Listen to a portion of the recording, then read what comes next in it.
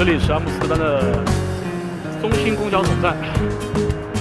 阿姆斯特丹的任何一个地方，包括周边的小城市都可以去。哎，阿姆斯特丹的公交车是方便、舒服，都不用等，肯定有座位。所以说这个地方大家都不愿意开私家车，有公交通就好。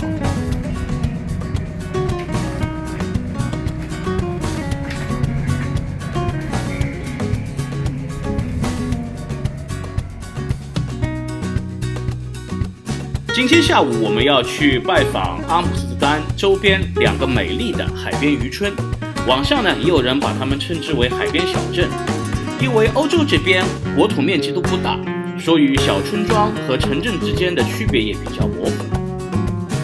它们的名字分别叫做埃丹跟沃伦丹，这2个地方和一个海中间的小岛马肯形成了阿姆斯特丹周边的海景旅游黄金三角。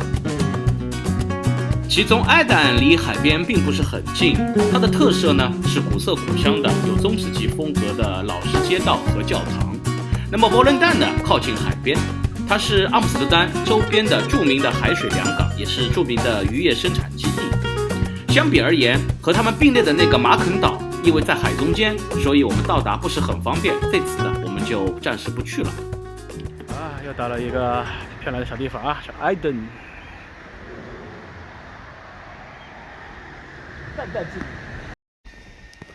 个安静的荷兰郊区小镇没吃饭地方在哪？往前走别急。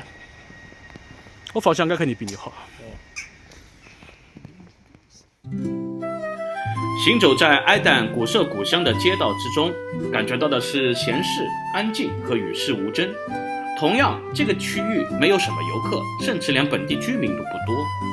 只有路2边的老建筑如同哨兵一样在默默守护着这块古老的土地和人民。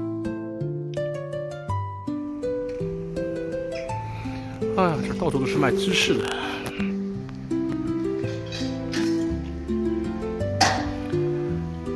那我们现在找吃饭地方去，还是往中心走吧，不要往边缘走了。这个地方舒服，但是店家都不开门。看看那个广告，前面是吧 ？Italy Coffee Free。中心广场上广告牌指示的那些餐厅，到了以后都发现关着门，整个城镇只有一家土耳其烤肉店还在营业。今天我们的午餐分成了2部分吃，前面在风车村吃了三明治，然后在艾丹又吃了土耳其烤肉。刚到这里就急着找饭店和吃，结果在吃完之后才发现，艾丹的街道竟然美得如此惊艳。典型的欧洲小镇埃登真舒服。吃完了午餐，晒晒太阳。荷兰这里的气候就很奇怪，冷的时候冷死，热的时候热死。逛完了埃登的古镇，我们要前往沃伦丹。我们并不再搭乘公交车，而是准备步行3公里，直接走他们的那条乡村通路，到达另一个城镇沃伦丹。这里是埃丹到沃伦丹的通路，这条通行路也很漂亮。你看，荷兰人民每天上班下班、上学放学就是走这样的小路，这不是景区哦。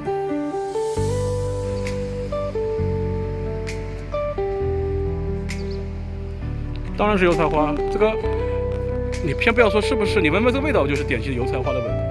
但是很奇怪的是，它这油菜花长得特别高，中国油菜花就一般到人的肚脐眼这儿，它这比1人都高，这个人不但长得高，油菜花长得也高。哇，这条路太爽了。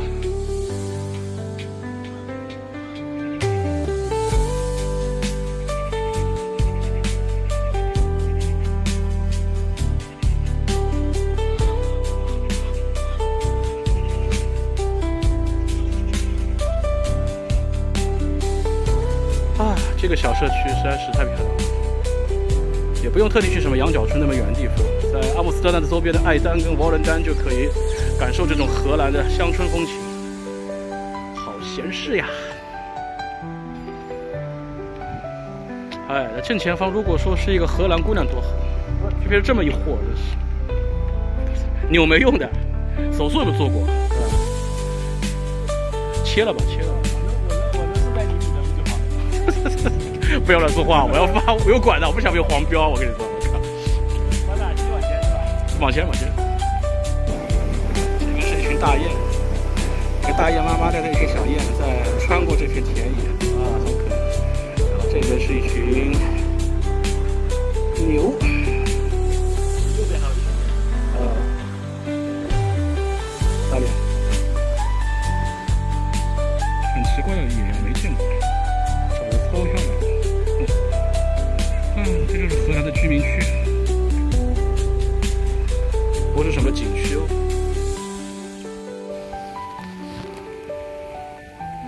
荷兰这个地方跟我们印象中的欧美人的一个观感不一样的地方，就是人特别大，但是其他东西都小，房子也小，车也小，路也窄，但是这种精致感还是很强烈的。皮卡跟 QQ 发生的一夜情。我发现在荷兰这儿经常有一些很神奇的车，就是比国内这些老头乐还老头乐的车。我靠，这长得太喜人了，这什么鬼车这是 A few moments later.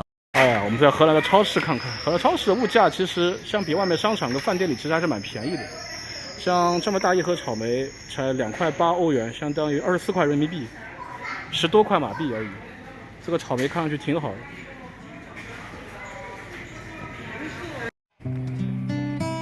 Hello, pretty boy。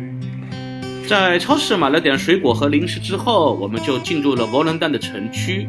在没有到达海边之前，这里的街道和房屋和爱丹一样，都是非常小巧精致的那种老式欧洲建筑，仿佛如同童话世界中一样。前往荷兰阿姆斯特丹的海边，穿过这一片宁静的小住宅区，我们就通往海边了哇！这里还有教堂，这就是另外一个小镇，叫做沃伦岛。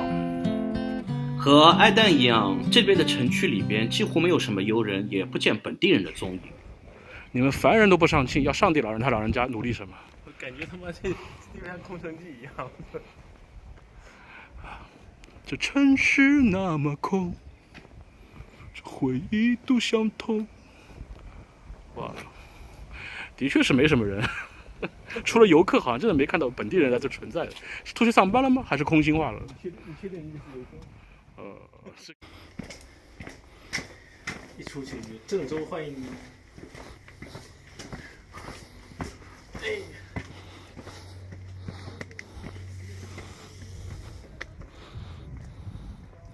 沙滩都拦起来了。哎呀，我记得他妈这以前人很多的，穿越了，我操！就是因为你多少年没来光顾它没落了，主要是因为你这个负心汉，你要负责，你要为沃伦达负责。好吧，这里比起刚才那地方已经人很多了，好不好？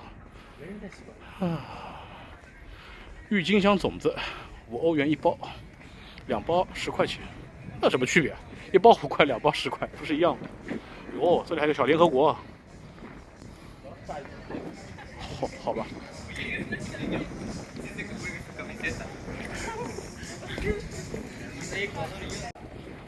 个地方有点，跟我记忆的有点是像的，但是呢，游客少了这么多。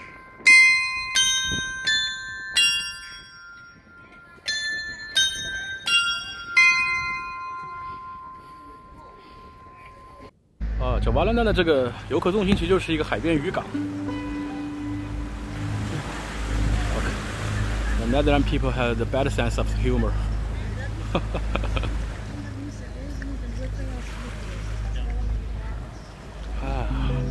看看欧洲的海啊，跟东南亚的海有啥不一样？还行，至少蛮清澈的，清澈的。哦，不行，还是黄黄的。绿的。这就是那边就海了，这边就是海了，就是海。这就是阿姆斯特丹的海呀。哎，说起来，我们这次旅程估计也就今天能看到海，后面就再也看不到海了，对吧？直到回国之前都看不到海了，对吧？也只有阿姆斯特丹还算是个海边城市。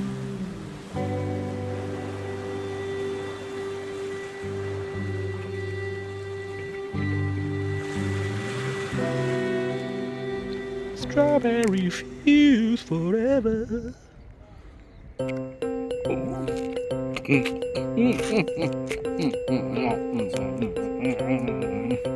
的满嘴流。哦，爽，好好吃。这荷兰的草莓才2.8欧元一大颗，我靠，才挣人民币24块钱，超值。惊喜的惊天大板。啊，爽！海边坐坐，草莓吃吃，夫复何求？一个县委书记都不换。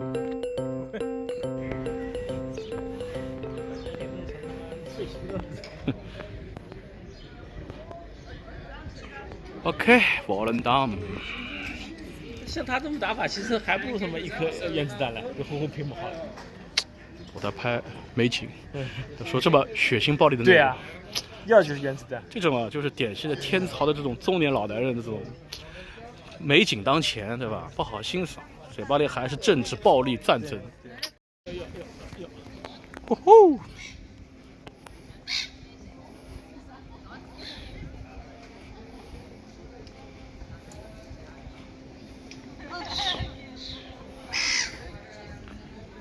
第一天在荷兰就看海，想不到，这没想到荷兰还可以看海的，完全不是在我的计划中的。哇，这么多海鸥！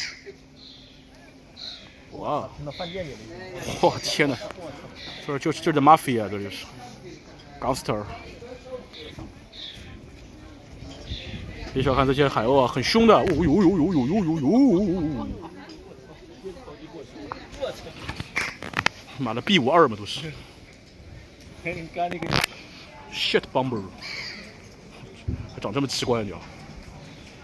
Hi baby，come on baby。怕了，不想理他，不是怕，他看你烦，傻屌又来了。蛮有趣，蛮有趣。应该说，欧洲这边的海，尤其是靠近北方荷兰阿姆斯特丹周边的海，比起我们熟悉的东南亚的海和中国的海来呢，有一份冷峻孤绝，但是又有一股与世无争的气息。这里呢，你看不到类似像普吉岛啊、巴厘岛上那样乌泱乌泱的游客，有的只有3-5成群来此闲逛的本地人和为数不多的外国游客。那么在这里的旅游体验呢，其实还是非常好的，而且这边的物价呢也还是比较便宜。那么结束了美丽的海边小城之旅，我们就准备返回阿姆斯特丹了。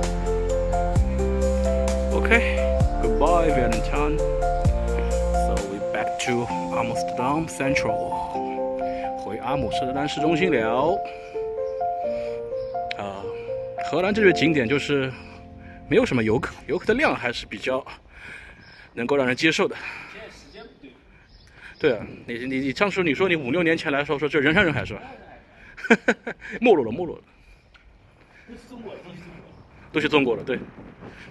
你别说，作为欧美人来说，旅游嘛是中国东南亚性价比更高了，是吧？每天花个100欧元可以称王称霸了。Bruno Mars tribute， 都是奇怪的乐队，一些荷兰本土山寨乐队。像 The Doors 是进了。哇，这 Prince 怎么一下子变成6个人了？那个 cream， 奶油那个 cream。在这里呢，我还要夸一下荷兰阿姆斯特丹的公共交通系统。无论是你在市中心通勤，还是到周边城市旅行，他们的公交系统都可以将你快速、安全的送达。那么这里除了有公交车之外，还有短途铁路、城轨和地铁可以选择。无论是哪种交通方式呢，都非常舒服、干净，同时乘坐体验呢也非常好，司乘人员非常有礼貌，加上荷兰人的开车素质也非常好，所以整体的体验都是绝对 OK 的。那么总结下来呢，我认为首先没有必要打车，其次如果选择公交车的话呢，我建议大家买1日通票，这样可以省下不少钱。关键是1日通票，它不但可以乘坐巴士，还可以乘坐短途铁路、城轨和地铁，是一个非常划算和明智的选择。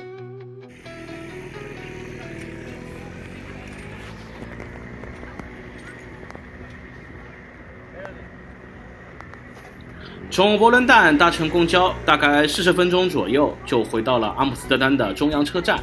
从这个区域再往前走2步，就是阿姆斯特丹著名的唐人街和红灯区，这个地方叫做迪瓦龙。这两边的建筑的楼顶上呢，都有一个吊钩这样的东西，这就是开始我说的，老百姓为了防止增加房产税，故意把门脸做得很低，导致那些大件家具必须要通过滑轮吊到房顶上的这个装置吧。行走在阿姆斯特丹的市中心，你会感叹，荷兰除了是风车之国和郁金香之国外呢，还是自行车之国。这里的普通居民很喜欢用自行车出行，同时路两边呢也停满了密密麻麻的各式各样的自行车。哎呀，各位兄弟们啊，各位老铁们啊，河两岸就是阿姆斯特丹的红灯区啊，但是今天好像都没怎么开业，经济不行吗？反正这种橱窗里都是各种女郎，唉，可能还早吧时间，可能要天彻底黑了以后才有。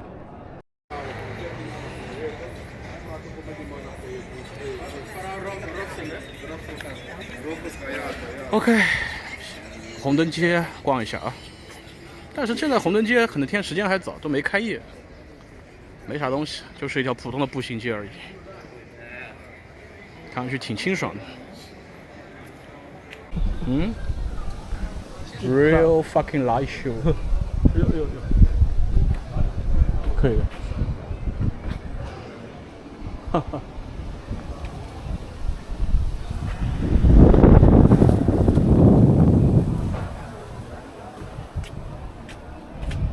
This is a real fucking live show. Yes. Okay, you owe me 100 euro. 来，裤衩打开，我有那个Hospital bar。哦，灯红酒绿的红灯区，穿过这一条小巷就是教堂吗？啊。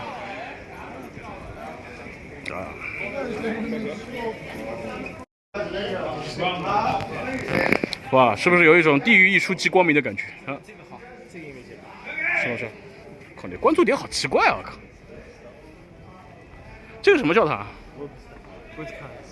你这个老阿姆斯特丹不知道的？我又不在这生活。你这种嫖遍阿姆斯特丹的人，我每次来都是就是嫖娼的是吧？你不生活这儿，你就嫖在这儿。只去 gay 区。对，对面那个教堂挺好看的。那个火车站呀，火车站旁边。这个啊，就是火车站是吧？火车站。这条街稍微清爽点儿，啊差不多。然后往那边一直走过去就是那个国立博物馆。啊，哇，也都不开门了，我操！神圣与淫荡可以并存，可以很好，好地方。那么下面就是进入非常劲爆的内容了哈。阿姆斯特丹比较好逛的地方，除了红灯区、老建筑和博物馆之外，还有著名的蘑菇草药商品一条街。那么什么是蘑菇和草药呢？其实我这里就把它指代一种在大部分国家，尤其是中国和马来西亚都严格禁止售卖的一种违禁品。那么这种违禁品呢，在荷兰它是可以合法销售的，近段时间在泰国据说也可以合法销售了。我们挑了门脸最大的一家店入内参观，销售小哥呢非常热情地向我们介绍，说他店里边的草药制品分为3个级别。第一种呢是只有草药的口味，但是没有草药的那种药效。第二种呢会让你感觉比较放松，会让你感觉比较舒适和快乐。那么第3种呢，他说就是比较 professional 的级别。一般来说最好不要尝试，因为那个东西可能有一定的上瘾和致幻效果。不管怎么样呢，我们虽然不会去轻易尝试这种违禁品，但是参观一下长长见识还是非常开心的体验。啊，这是阿姆斯特丹土特产，除了各种叶子之外，还有这打火机这是？这是打火机啊！哦 ，it's a lips, some kind of special lips。就如您所见，这条街上除了蘑菇和草药之外，还有许多以性为主题的商店和纪念品售卖。这里还有一家专门售卖各种奇形怪状安全套的店。荷兰呢，除了对待违禁品的态度比较宽容之外，对性交易和色情业呢，也是处于一种比较松弛的管理状态。所以说，荷兰呢是整个欧洲最自由的国家，没有之一。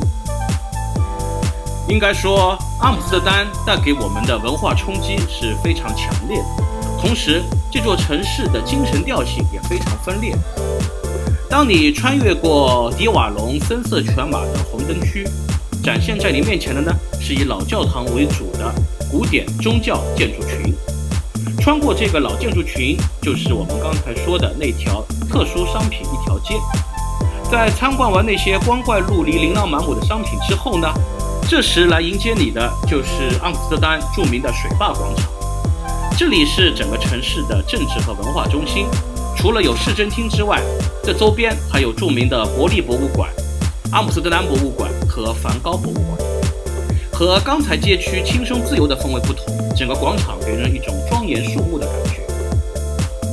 那么今天下午和晚上我们走了这么多路，此时呢感觉有一些内急，厕所在哪里啊？这里看到了一个比红灯区更羞耻的东西，这是一个男性小便亭。太脏了，脏无所谓啊，这个地方我来撒腿。确定这是撒尿的地方？就撒尿的地方。是一股尿味儿。哦，就这样了，这是大街上呀，同志们，兄弟们，这个有点羞耻了，我靠。可以的。哦，到底是春对吧？这脸皮对吧？时候我就有点不大下得了屌。哦，抖。啊，这个体验可以的。开门，人可以没有，天要开门。天安门你要考虑到现在已经8点半了呀，它关门也好理解，主要现在欧洲这个地方天黑得晚，那中国嘛现在已经蒙好的已经。这条街道看上去还是比较旺的感觉。商业街。什么都有。花市晚上都关了。葱啊？不是葱吧？是这个郁金香的那个花球吧？吃的那个葱。是吗？大蒜嘛。葱。有草莓。白草莓，它苗嘛都是各种苗，家里没事可以自己种着玩。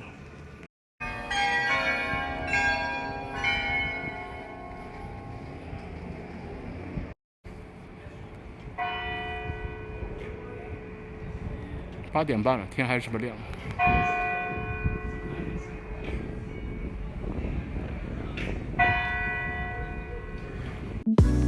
高高的铸币塔钟楼的钟声响起，告诉我们此时已是晚上8点半。但是欧洲这边夏天天黑的比较晚，所以此刻呢天空还是非常明亮的。我们走啊，现在基本上已经到达了迪瓦龙区域的边缘，随后呢马上就要进入运河区域。前面就是寿桥，这里就是运河区。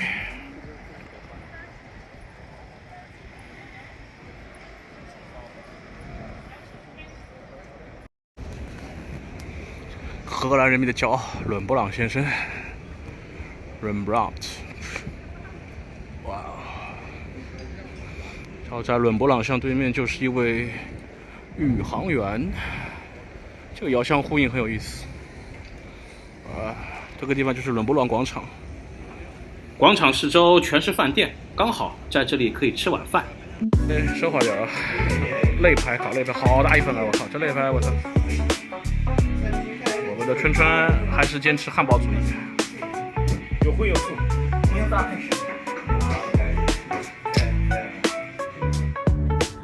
第一天的行程就安排得非常紧凑和圆满。